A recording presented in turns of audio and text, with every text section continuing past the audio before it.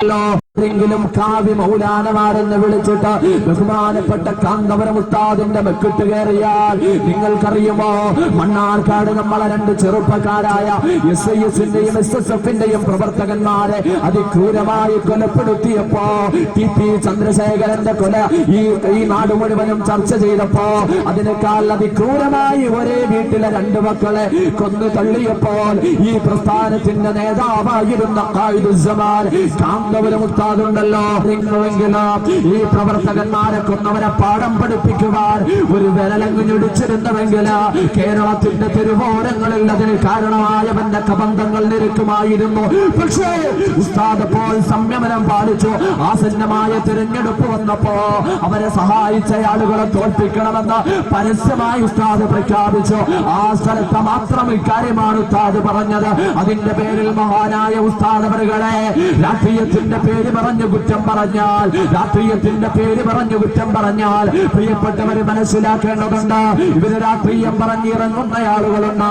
ഉസ്താദ് പള്ളി വെക്കുമ്പോ ആ പൈസ കൊണ്ട് പെണ്ണിനെ കെട്ടിച്ചുകൂടെ എന്ന് ചോദിക്കുന്നവരുണ്ട്. ഈ നാട്ടിലെ തീമക്കളെ സംരക്ഷിച്ചുകൂടെ എന്ന് ചോദിക്കുന്നവരുണ്ട്.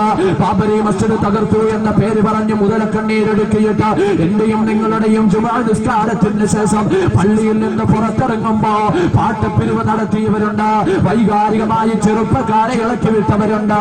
ഗുജറാത്തിൽ കലാപം നിറഞ്ഞു എന്ന് പറഞ്ഞിട്ട് ഇവിടെ സംഘടന രൂപീകരിച്ചവരുണ്ട്. ക്യാമ്പുകൾ നടത്തിയവരുണ്ട്. അവരോട് ഈ മുസ്ലിം സമുദായത്തിന് ചോദിക്കാനുള്ളത്, കേരളീയ സമൂഹത്തിന് ചോദിക്കാനുള്ളത്, കാന്തപുരം ഇവിടെ കൊന്നും കൊലവിളിച്ചും പറഞ്ഞവരെ തിരിച്ചു കൊല്ലാൻ പറയാതിരുന്നതാണോ കാന്തപുരത്തിന്റെ തെറ്റ്? ആ കൊന്നവരെ കുടുംബത്തിൽ കയറിയിട്ട് നിരപരാധികളായ പെൺകുട്ടികളെയും ആ കുടുംബത്തിന്റെ സ്ഥാപന സംഘ വസ്തുക്കളെയും അപഹരിക്കാൻ കാന്തപുരം പറയാതിരുന്നതാണോ തെറ്റ്?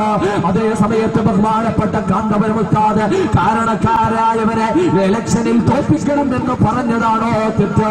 ഉസ്താദിനെ ട്രോളിലൂടെ അപഹരിക്കുവാനും അപഹാസ്യപ്പെടുത്തുവാനും ചിന്തിക്കുന്നവർ മനസ്സിലാക്കേണ്ടതുണ്ട്.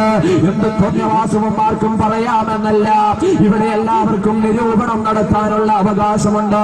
ഇന്ന് വാട്സപ്പിലും ഫേസ്ബുക്കിലും കയറിയാൽ അതേ MDA നമുക്ക് നിരൂപണം നടത്താം, ഖലീൽ ജിബ്രാൻ പറഞ്ഞതിന് നിരൂപണം നടത്താം, വൈക്കം മുഹമ്മദ് ബഷീറിന്റെ എഴുത്ത് ശരിയായില്ല എന്ന് നമുക്ക് പറയാം, മുഖ്യമന്ത്രി പറഞ്ഞത് തെറ്റായി പോയി എന്ന് പറയാം, നരേന്ദ്രമോദി പറഞ്ഞത് മോശമായി പോയി എന്ന് പറയാം.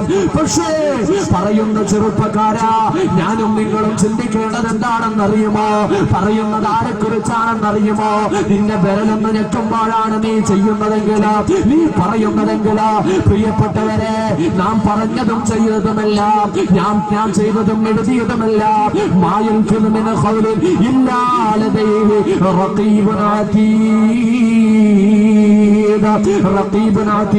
അവിടുന്ന് രേഖപ്പെടുത്താ